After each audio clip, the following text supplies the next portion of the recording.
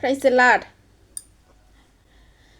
అనుదినము దేవుని కృపావార్త కొరకు ఎదురు చూస్తున్న ఆత్మీయులారా, 28వ కీర్తన 2వ వచనంలో నీ చేతుల కష్టార్జితమును అనుభవించదవు.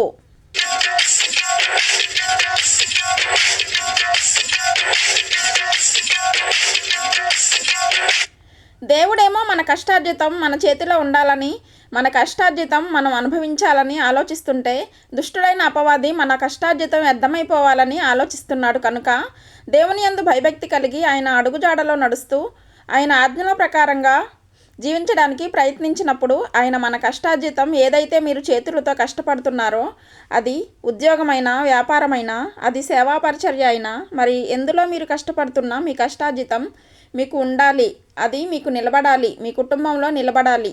పరిశుద్ధ గ్రంథంలో యోబు అనే భక్తుడు ఉండేవాడు. అతడు మొదట కొద్దివాడట, అంటే కొద్దిగా అభివృద్ధి ఉండేది, ఎక్కువగా ఆయన అనుకున్నవన్నీ లేవు. తుదను మహా అభివృద్ధి పొందుకున్నాడు. ఎలాగా? దేవుడైన ప్రభువు అతని చేతుల కష్టార్జితాన్ని దీవించుట చేత అతను ఆ దేశంలోనే గొప్పవాడయ్యాడంట.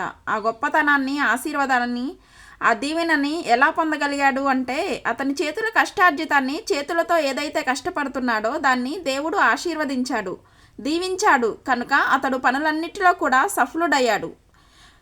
తను చేసే పనులన్నీ సఫలం అవ్వడమే కాకుండా తద్వారా అభివృద్ధి పొంది, మేలు పొంది ఒక గొప్ప వ్యక్తిగా మార్చబడ్డాడు. మీ జీవితాల్లో, మీ కుటుంబాల్లో, పిల్లలు చదువుతున్న చదువుల్లోనూ, అలాగే మీరు చేసే ప్రయత్నాలు, ఉద్యోగ ప్రయత్నం, వ్యాపార ప్రయత్నం, మీరు చేసే కష్టం, మీ చేతులతో కష్టపడుతూ ఉంటారే, అది దీవెనకరంగా మారాలి.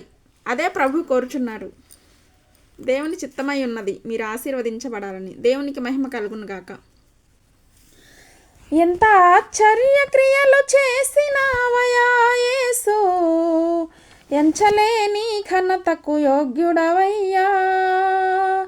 ఎంత ఆశ్చర్య క్రియలు చేసినావయా యేసు, ఎంచలేని ఘనతకు యోగ్యుడవయ్యా.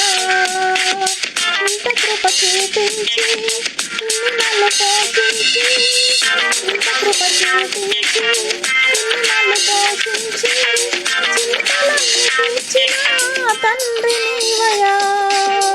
నా చింతలన్నీ తీర్చిన తండ్రి నీవయా. అంతరంగమందున్న అంతటితో చేస్తున్నా అంతరంగమందున్న అంతటితో చేస్తున్నా ఆత్మీయారాధన. హల్లెలూయా. దేవునికి మహిమ కలుగును గాక. Praise the lord.